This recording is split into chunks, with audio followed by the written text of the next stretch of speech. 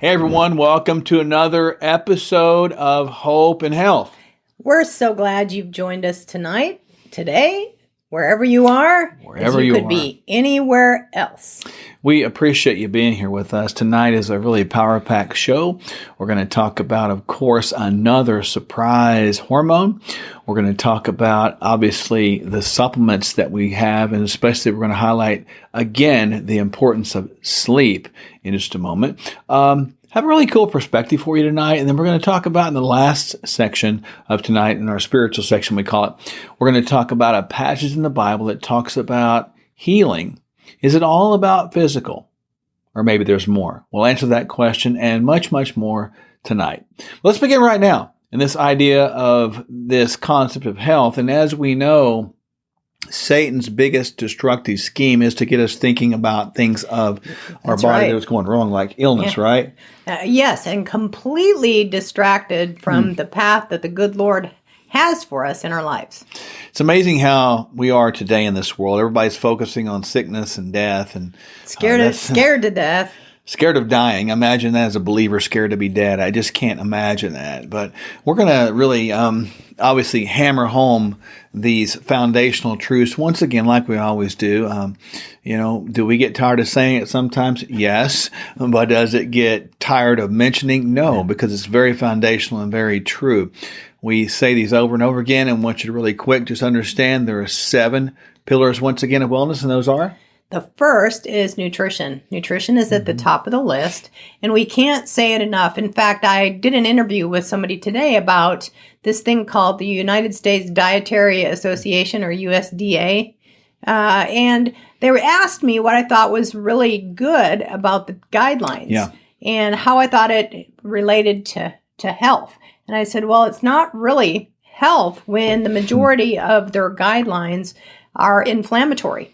Yeah. And inflammation is the precursor to all chronic sickness and disease. And unless we're paying attention to this concept of nutrition, again, remember, we don't do diets. We really have to learn how to have a good, healthy relationship with our food and what's on our plate. And the majority of that needs to be fresh and raw, good, whole, clean food.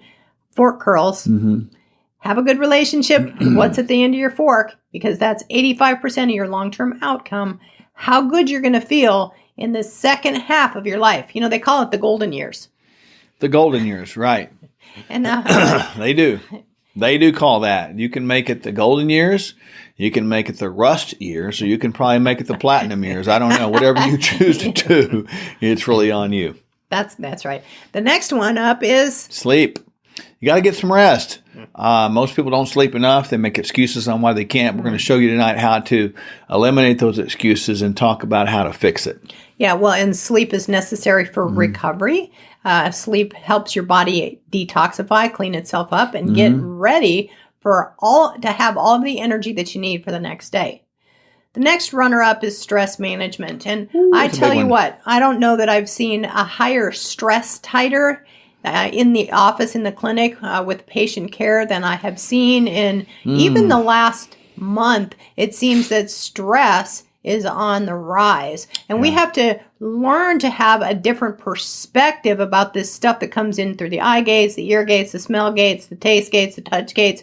We have to perceive that differently so that we can take different action in our lives so that we don't live chronically stressed out.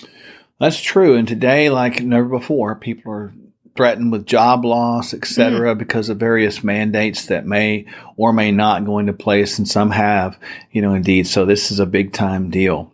We have to deal with this stress management. Number 4 is this idea of movement. We need to move more, sit less. We won't talk a lot about exercise, but the bottom line is find something you like to do and do it more. We've had many, many discussions upon exercise. You can go back and look at previous episodes and re-listen to those things if you want to get into that. The next one is DNA, deoxyribonucleic acid. And believe it or not, DNA, what's in the center of the nucleus of your cell, helps drive cellular processes to even make these things called hormones that are secreted by endocrine glands in your body. So the topic of tonight, we're going to talk about an extra special hormone, or another hormone on the list. And at the very core of it It's all formed by your DNA.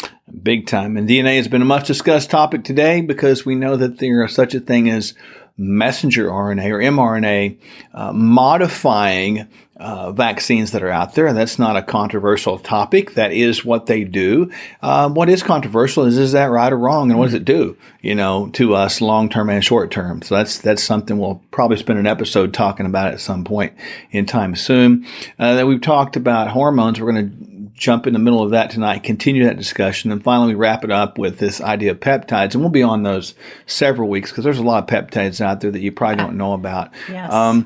Just by way of understanding again, in those 7 pillars we talked about, there is an overarching theme or overriding theme that is called emotional and spiritual health. You got to get those things right because the majority of these physical manifestations of disease that we face today in our world are driven by emotional and spiritual brokenness. And just by way of a quick review on the hormones, as Dr. Michele said, there's something called cholesterol. Cholesterol is this waxy, fatty substance that forms the backbone of these hormones that we see. And the hormones are formed primarily beginning in the mitochondria of the cell. So the mitochondria is where the ATP is formed. So inside the mitochondria, you have this conversion of cholesterol to this hormone called pregnenolone. Pregnenolone then goes in multiple directions and yields the production of other hormones, including the hormone we're going to talk about tonight. But we have a lot of hormones here. Let's kind of go through that list real quick. It's a whole bunch.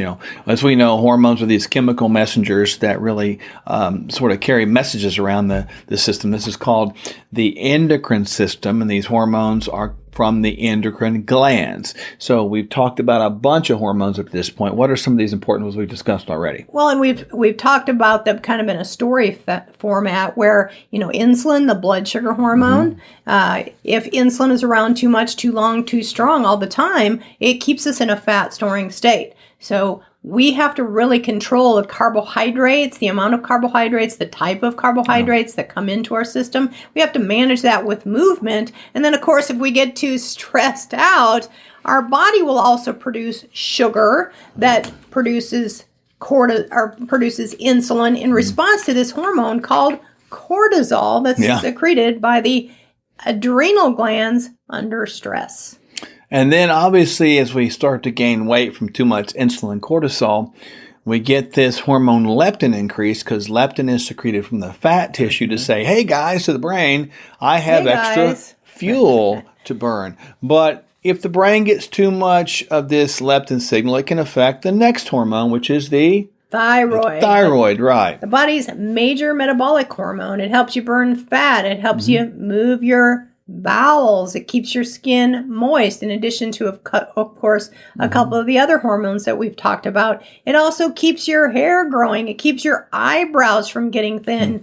It keeps your nails from cracking. So thyroid is a very important metabolic hormone. And we know as stress goes up, as weight goes up, as thyroid becomes dysfunctional, the body gets more stressed. And the adrenal glands, which are supposed to not just make cortisol, they're supposed to make DHEA, dehydroepiandrosterone. But if we don't get DHEA made, we begin to have brain fog and bone loss and fat gain more. So DHEA is a very important hormone. It would be called like the sex hormone producer. The next one in line is estrogen, also known as the female sex hormone. It's what gives women the majority of their female characteristics. Now, estrogen is so very, very important for so many things. One is the brain. The estrogen and serotonin are married, so to speak. So if estrogen starts to decline, the body stops having the capacity to make an adequate amount of serotonin. So when menopause starts to come on board, here comes that thing called depression. And instead of the majority of medical providers providing hormones, we usually say, oh, well, here is your medication. They prescribe an antidepressant. Now, there is no such thing as an antidepressant deficiency. There is such thing as a hormone deficiency. That's true. That's true. Hormones go directly in line with your body's ability to make what's called neurotransmitters. These chemicals, these neurotransmitters, these signaling molecules that help brain function, help you stay happy and help balance your mood. And then tonight, we're going to focus on the hormone progesterone. It's known as the mother hormone, and you'll explain why that is in a moment. But just to keep this in sort of in line, we know cholesterol creates pregnenolone. Pregnenolone comes down and makes progesterone, and then it kind of can go in a couple directions from there. If we're under a lot of stress, the progesterone will all sort of shift, or we'll get a shift towards more cortisol production.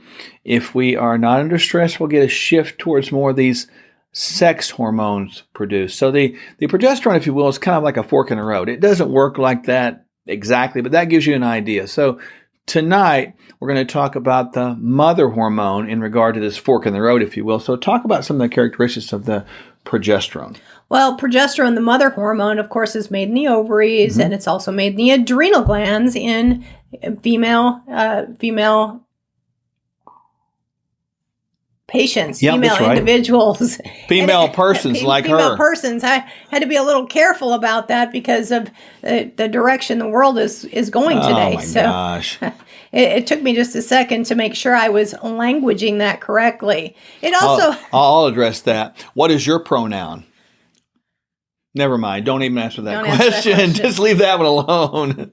So progesterone helps to prepare the body for sleep. Good deep sleep. So when progesterone levels start to decline, guess what happens? We stay wide awake. Progesterone also helps the body balance the cortisol cycle. As Dr. Mark mentioned, when the body gets stressed out, it starts to steal this hormone progesterone to make more cortisol. And then we start to decline in the ability to sleep. Progesterone also protects the nerves. It protects the uterine lining. So oftentimes if there's uterine bleeding, the progesterone levels are not sufficient. It's not stabilizing the uterine lining. So we have heavy bleeding, we have fibroids, we can even end up with excessive amounts of endometriosis if that hormone balance is not adequate or optimal. Progesterone also aids the fat burning process, mental processing, and it's an anti-anxiety hormone. That'd be important. So one of the things that starts to creep in is that little anxiety when progesterone levels are low in the tank or being drawn off with that hormone called cortisol, the stress hormone. Keep in mind, if you're a lady out there and you're in probably the mid-30s on up, you probably already had a decline in progesterone or a complete loss in progesterone. And when you have that, you're going to have higher anxiety, higher fat gain, less sleep. So pay attention to that, get it checked properly, and get it addressed properly. As we know, and we've talked about this a lot, there are things out there that we do in the diet that are both good and bad for the formation of hormones. And of course, if we eat these things called the inflammatory foods, which you see right now on the screen, these things are certainly going to yield the lack or lowered ability to produce these hormones, because inflammatory foods create inflammation. Inflammation is going to yield cortisol, and we know too much cortisol is going to become the problem over time, and people are gaining fat on cortisol, and we saw as the beat goes on. So these inflammatory foods you want to try to avoid. There are also the anti-inflammatory foods, and kind of talk about those, as an overview of what those really are and what we're trying to do with that. Well, we know the anti-inflammatory foods is really what the good Lord makes. And those are things that walk on the land, swim in the ocean, or have a mother, so to speak. Yeah. Quality proteins. The words that we look for are organic, grass-fed and grass-finished, free range and wild caught.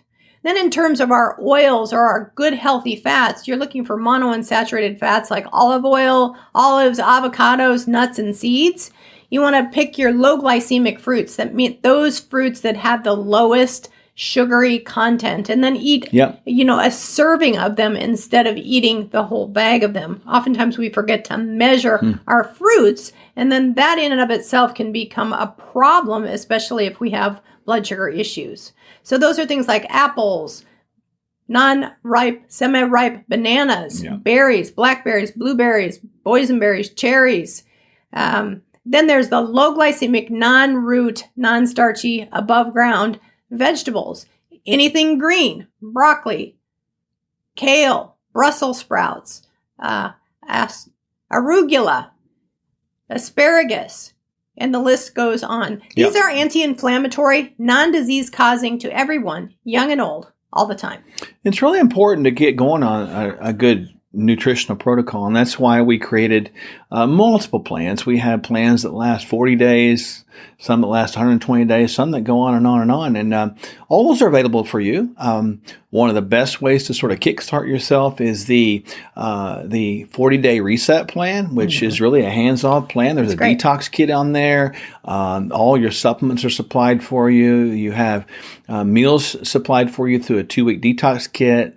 We tell you what to eat, how to eat, what to eat from, and provide a good amount, 2 weeks worth really of meals for you in that. So that's just a self-contained plan. You can see it for yourself. It's very good. It works every time. And I had someone reach out today and say, hey, I lost 12 pounds in a 40-day plan. Pretty good. And I didn't even know who this person was. But if you want something to give yourself a kick in the backside and the 40-day plans for you, there it is right there, Sherwood.tv/40, and it will work. Remember, there's a 2-week detox in there. There's a detox supplements. That's actually 3 supplements into one through little pill packs. And then we give you 28 individual meals within the 2-week detox kit because it's 2 shakes a day and 1 meal, more or less. And then we give you a meal plan guides for the rest of the time, along with a whole supply of vitamin D and K like we have, omega-3 fatty acids. And then we use these special drops called homeopathy that help make the liver work better to pull out fat. That's kind of cool. And they hold muscle tissue and they help you with cravings. Now, how cool is that? It's all in that one plan. There you can find it at Sherwood.tv/40. Pretty cool, huh? Yeah. So if you need a good plan, you just need a good hard restart. That's the place to go. Sherwood.tv/40. So when we get back, we'll talk about specifically some of the supplements and again, remind you of what they do. We'll be right back.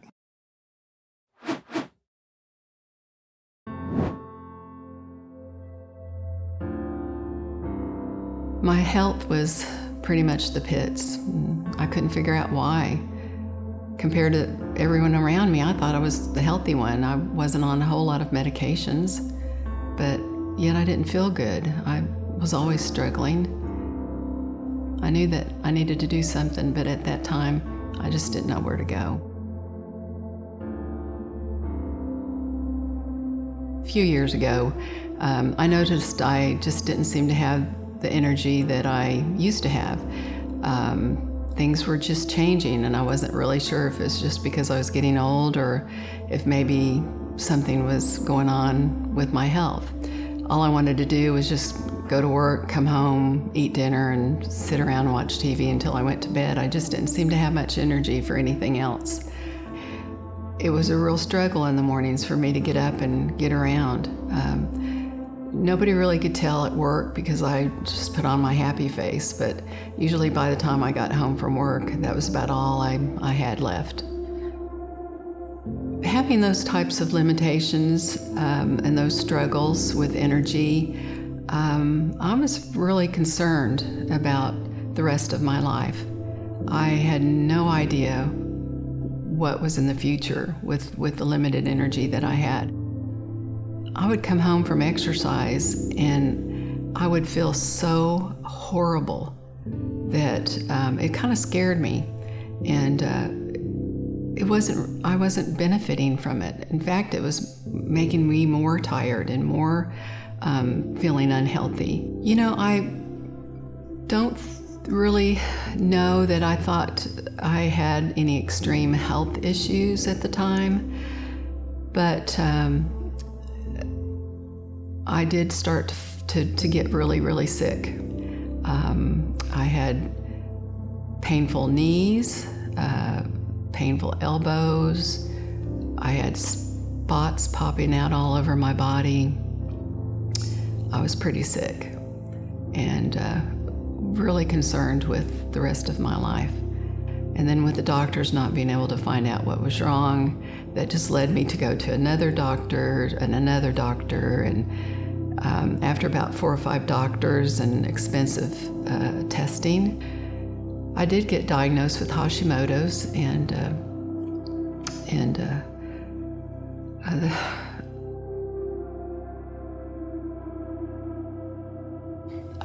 I was talking with one of my friends, Shelly Ashey, about my Hashimoto's because it was pretty new to me. I didn't know much about it. And she said, well, I have that too. And she said, I got some relief from seeing Dr. Marks and Dr. Michele. When I first went to Dr. Michele, the first thing that she did was just, give me some hope, and was very sympathetic about how I was feeling and kind of explained some things that made sense to me. And I left there feeling like things were going to get brighter for me as far as my health. I was so surprised when I did go see Dr. Mark, though, with how unhealthy I was physically. I hadn't been on the scales in 20 years. And that was shocking, to say the least. The foods and the nutrition plan that he gave me introduced me to the right types of foods. And within a couple of weeks, I could tell a difference. But before I'd seen Dr. Mark, the only vegetable that I was able to eat was canned green beans. So that sounds pretty pathetic, but that was about all I could do. And I was eating more vegetables cooked properly and seeing results and my stomach feeling better. And that was such a relief. I just went in this wanting to feel better and to feel healthy and to be able to move around and enjoy life. And I've lost 53 pounds, and that's such an added bonus. Now, all my exercising, I just feel so energetic, and I walk into the gym like I own it, and I do all my exercising, and I walk out like I just, did the best thing for my body, and it's just such a great feeling. And I can come home and I can do things the rest of the day or the rest of the night. I feel good. Life is fun. It's exciting again. And so if there's anything in this that you can gain from it, is that you can feel good too. Hopefully this might inspire you to take that first phone call, that first step into getting healthy. You won't regret it.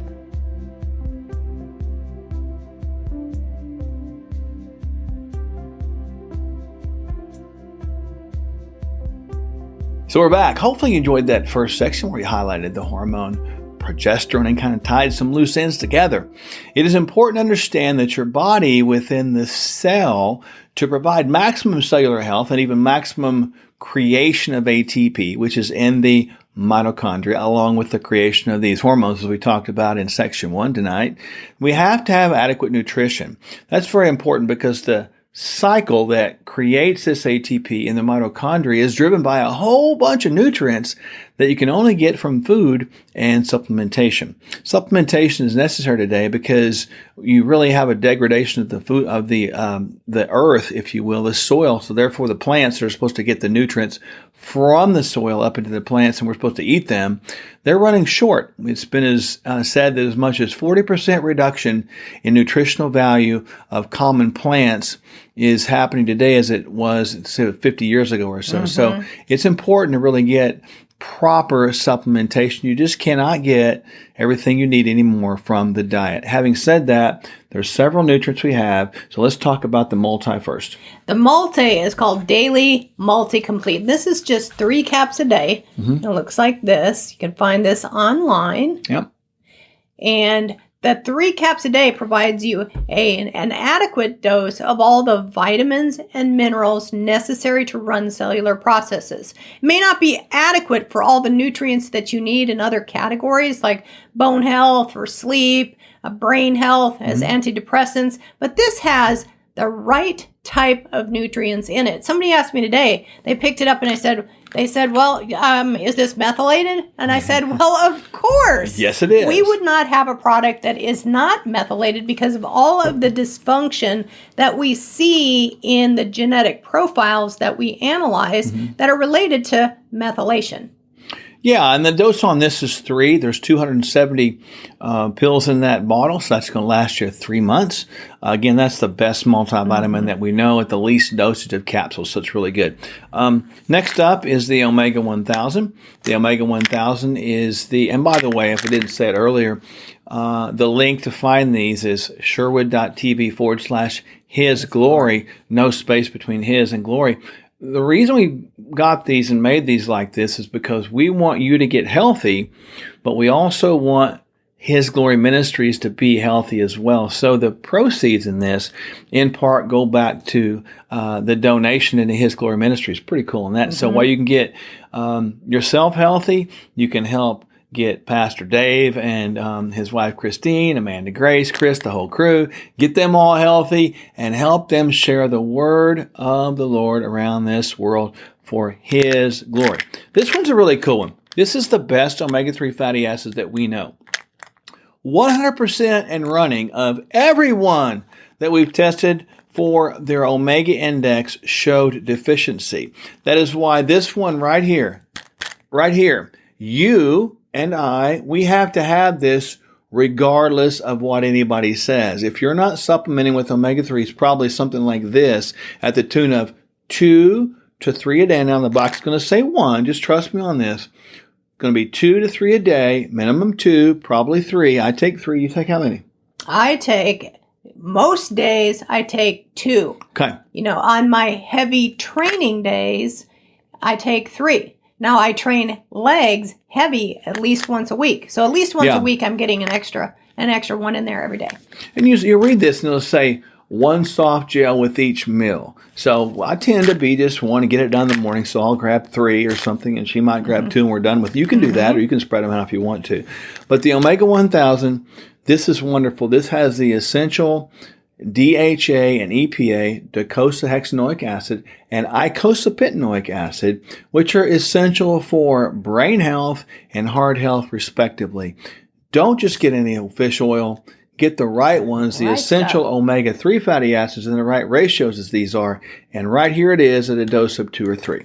The next one is vitamin DK. Now, why would this be so important? Is that vitamin D is good for the brain. It's an antidepressant. It helps to put calcium in the bones. It pulls calcium in from the gut. And the vitamin K2 that comes with it actually is an orchestrator and directs that calcium to the bones. Now, we also know that this product is unique because in it, it's got 2 special little nutrients, superoxide dismutase and catalase. And those are oxidative stress enzymes. Some systems are under much more oxidative stress than others because genetically they don't make those enzymes very well. So this is an extra little dose of specialness that is in this vitamin DK bottle at 5,000 international units of vitamin D every single day. There's 60 capsules in a bottle. All you need to take is 1 unless you've been directed otherwise. And finally, we have Sleepies. This is our newest product in the line of the His Glory supplements. This one's going to help you sleep. We talked about that was a number 2 part of our foundational health right next to nutrition. So it really should be a focal point. The dose on this one is 1 or 2, and it has several ingredients in it, such as vitamin B6. It has skullcap. It has, what we got here? We've got melatonin, lemon balm, melatonin, passion flower, suntheanine or L-theanine. This has got a really load here. 5-HTP. I think is there 150 milligrams in there?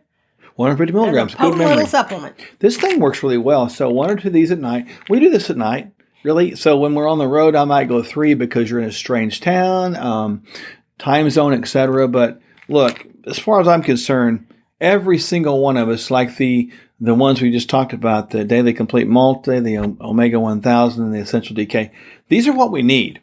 If you don't want to take anything else, that's fine, but take these 4 because these are what you need. We need to sleep. Remember, we talked about in Yes. section 1, the progesterone's a sleep hormone. So can you take this with progesterone? The answer is yes, yes you can. So remember, these things can be found at sherwood.tv/His Glory. And we want to see you blessed with health, blessed with wealth, while you bless His Glory Ministries with the proceeds from those. So go there right now. Don't wait. This is what you should take. And we look forward to seeing how your health improves with these things. When we come back, we're going to talk about an interesting perspective and answer the question, is it really worth it? Is it worth it? We'll be right back. Here's one of the 6 possible reasons you failed to enjoy better health, and they're all frauds. Frauds is an acronym for fear, resentment, anger, unforgiveness, disappointment, and shame. Let's take a look at disappointment. The long-term effects of fear, resentment, anger, and unforgiveness create an outlook of disappointment and despair. We prescribe a unique tool to every one of our patients, healing words. We recommend replacements for statements like, I'm a victim of my father's alcoholism, I'm fat and ugly, or I'll never lose weight. Instead, create and speak positive statements about you and your future, along with scriptures that build faith. Pay attention to your words and prescribe words that heal. Try one. Say out loud, I have a bright future. I have a bright future. For more hope and health, take 12 seconds to visit Sherwood.tv and join our free newsletter. Welcome back. In tonight's perspective, we're going to talk about the answer to the question, is it worth it? Look, in this world, we have a lot of anxiety, a lot of uncertainty, a lot of chaos, and obviously a lot of fear being broadcast. Many times we want to give up. We want to quit. I get that. I do too. A lot of times I get so tired of encouraging people and trying to keep the hope going, the hope dealer, the hope dealer thing. I want to keep that going. But it gets tiring. It gets overwhelming. And many times we all want to say, the heck with it. I'm tired. But the question I always ask myself, is it worth it? I have to answer that question. And eventually I circle back around through all the tough times and all the miseries and all the question marks. And I come up with one answer, with one word only, that word being yes. The Bible talks about the value of this idea of the question, is it worth it? In Hebrews 3:13, chapter 3, verse 13. And it says this, but encourage one another daily, as long as it is today, so that none of you may be hardened by sin's deceitfulness. Let me break this down just very clearly. Encourage one another daily. First of all, encouragement. That's the empowering or giving courage to someone else. How do you give encouragement to someone else? You tell them you can do it. I encourage you right now where you are, to write down a name or mentally put down your name or grab your phone and write down a name and send somebody an encouraging text right now, or call them or send them an email and say, you know what? I believe in you. Encourage them. And when you encourage them, when you empower them with that word, be obedient. Many of you out there know that I will text you occasionally and say, be encouraged. I'm doing that to encourage you, to empower you. And most of the time, there's a lot of power that comes back by doing that. So we're going to encourage you to one another. How often? Well, it doesn't say weekly. It doesn't say once weekly. It says daily. Some people need that more. I will tell you, from one encourager to hopefully another, I appreciate encouragement. Many times my wife and I, we give out so much, we don't think about ourselves too much. And in that process, I've learned to appreciate when somebody will reach out and say, hey, Mark, you be encouraged. So I encourage you to be part of the encouragement daily process that will become circular over time. So we're going to encourage one another daily as we go forward, as long as it's called today. Why is today special? Today is special simply because of this. Yesterday, we can't go back and redo that. That's history. Tomorrow, well, we don't really know if it's going to be here or not. That'd be called a mystery. But we have today. Why is today special? Because today is a gift. That's why it is called the present. So we're supposed to encourage each other daily because today is the most wonderful gift of all, called the present. Why do we do that? So that none of us will be hardened by sin's deceitfulness. Sin's deceitfulness tries to get us off course and get us focusing on anything but today. Get us focused on anything but encouragement and anything, of course, upon each other. When we get focused off of today, away from encouragement and away from encouraging each other, we fall right in the trap of sin's deceitfulness. And when we do that over and over again, we become hardened to it all, and it doesn't become important anymore. So the more hard our heart becomes, the less it will encourage, the less we'll think about other people, the less we'll think about doing it today, the less we'll be thinking about sending anything to anyone as far as a text message or a good, well-wished email or a phone call or visiting them in person or doing something nice for them. So this word in Hebrews 3:13 says a lot in just a few words. The question again before us is it worth it? Well, the answer has to be always yes, because as long as we have today, we have a moment, a time, a window called the present, where we can encourage someone else like you. I want you to be encouraged. I want you to take heart that Jesus is Lord of all. And even though we might have some hard times, He will definitely show us through those hard times. As the Bible says in the 23rd Psalm, "Yea, though I walk through the valley of the shadow of death, I will fear no evil. Thy rod and thy staff, they comfort me."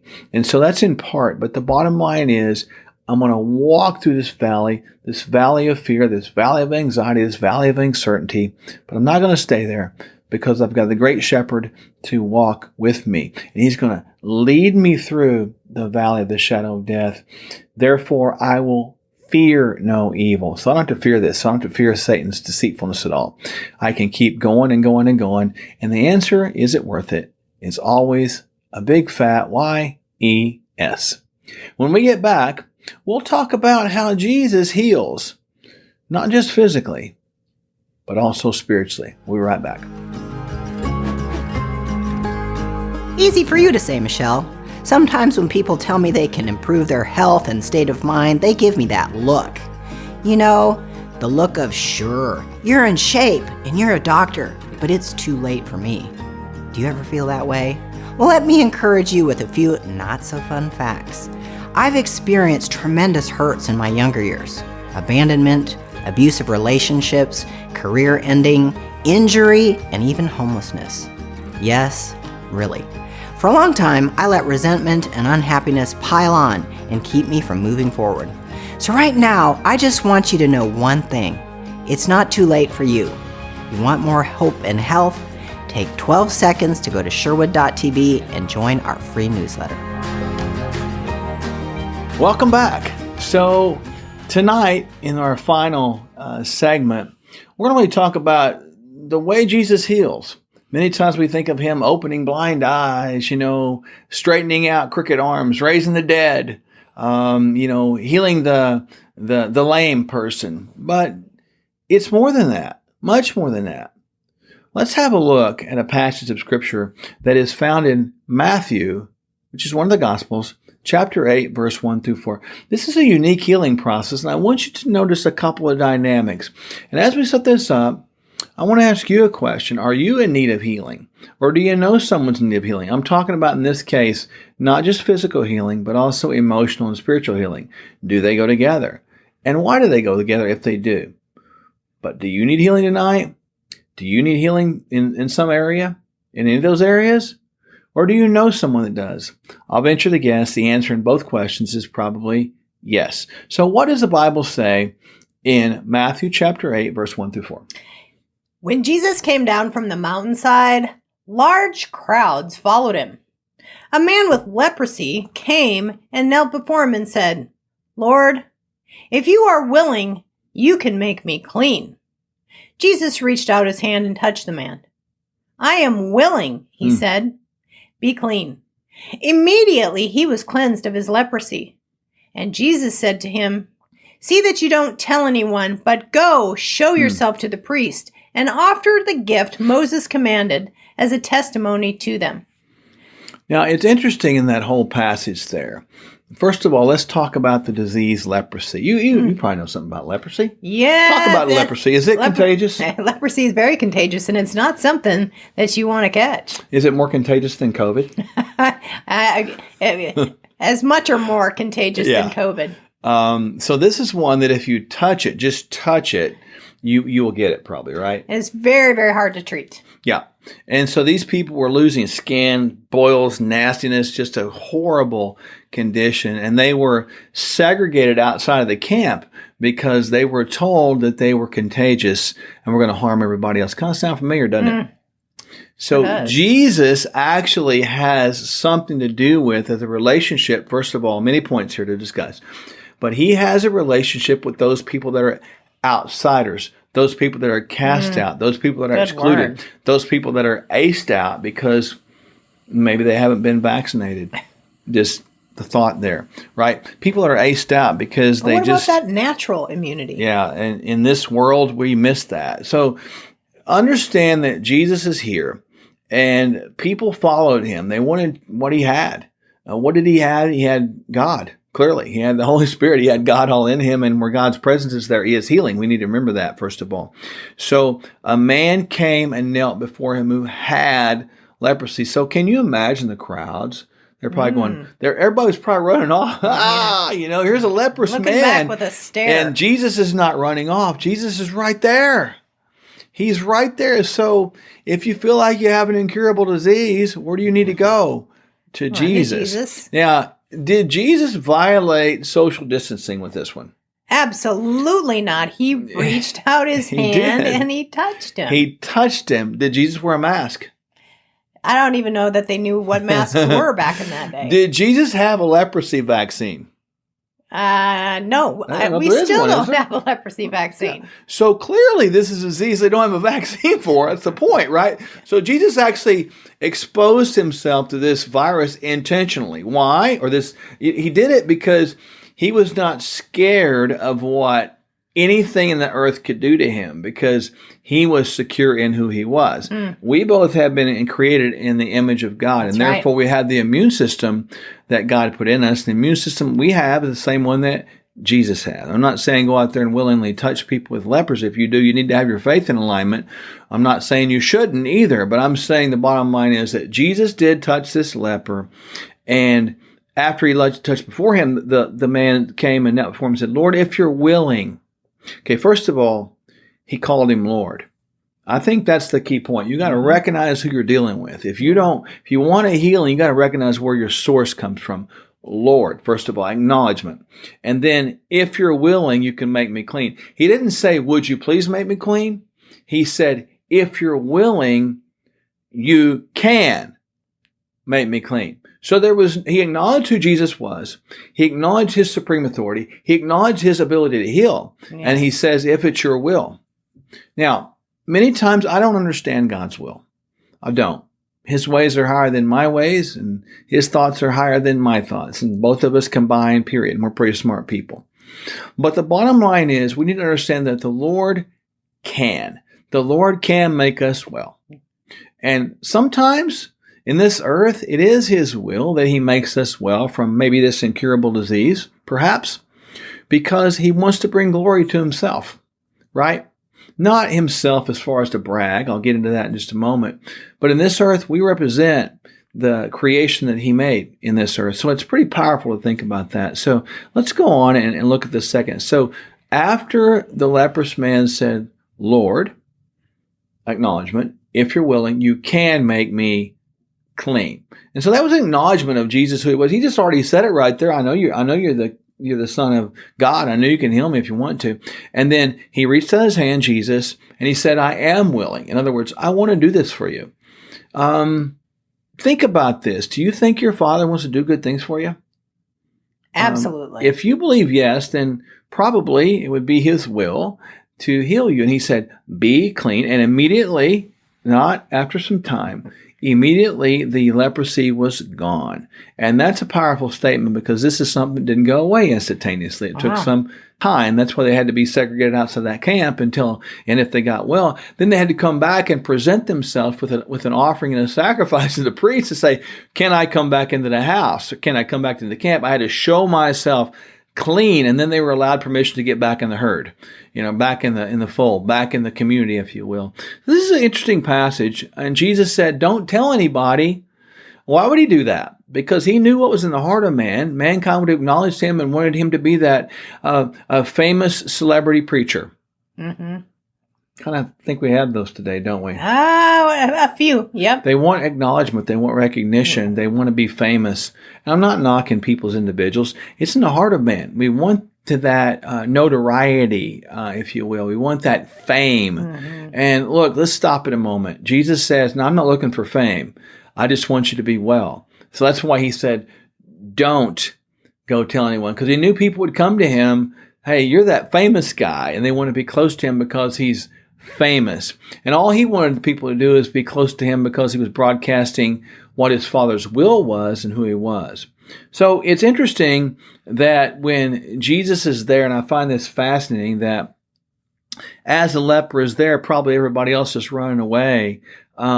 Instead of warning Jesus, saying, hey, I'm unclean, you can't, I'm just letting you know I'm dirty, I'm letting you know I'm unvaccinated. I'm just being silly with that one. The leper makes a statement of his faith in God, acknowledgement of who Jesus was and what his ability was to do. And in response to this, Jesus did heal the leper, of course. He ordered him to be healed, and he was. What is the significance of the Jesus healing the leper? Well, the significance of Jesus healing the leper is that Jesus is your PCP. He's the primary healer. Yeah. He's the man in the white robe and not in the white coat.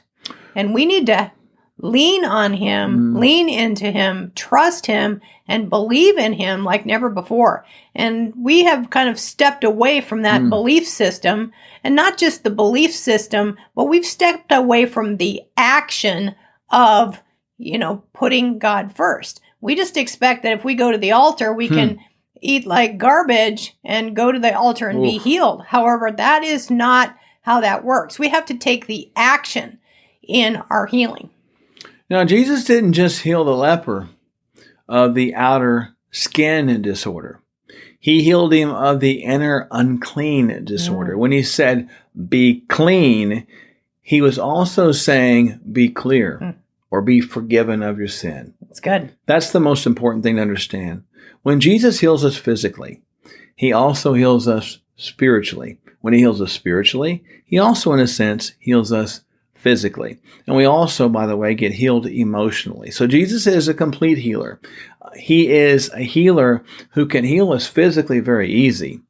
But the most miraculous thing about his healing is when he says, be clean, like he did this leper, that we can be clean on the inside. And he who's been forgiven like that is going to acknowledge that so much. And it's interesting that we look at 1 John 1:9, that if we confess our sins, that he is faithful and just to forgive us all our sins. And I think that's a powerful thing, because Jesus wants to forgive us first and allow healing to be coming after that. Sometimes he heals people to bring attention to his glory, and sometimes he heals people with the intent to forgive them their sins. So it's both at one time. And I want us to really acknowledge that. So the question we had at the beginning of this section was, do you need healing? Are you in need of healing? And do you know someone that needs healing? I would suggest that encompasses everybody in our viewership tonight. Yes. So just like Jesus, let's acknowledge who he is. Let's acknowledge that he can. And when we do that by faith, we can acknowledge that his ability is there to bring us healing, both physically, emotionally, and even spiritually. I should say all physically, emotionally, and spiritually. It's important. Our God's a healing God, not a part-time healing God, full-time healing God. Miracles are very much in vogue today. We need to begin to acknowledge those once again, acknowledge God for who he is, and realize that he uses people today, disciples like you and I, to manifest the same healing that he used to touch this leper. Is he calling you to touch lepers? Is he calling you to pronounce cleanliness and healing on people? He might be. He might be giving you the gift of healing like this. So don't shy away from it. Embrace it. And we hope that you will walk healed and be clean, just like this leper walked healed and was clean. And we hope you enjoyed tonight's show. Pretty good, huh? Thanks for joining us, and we'll see you next time on Hope and Health.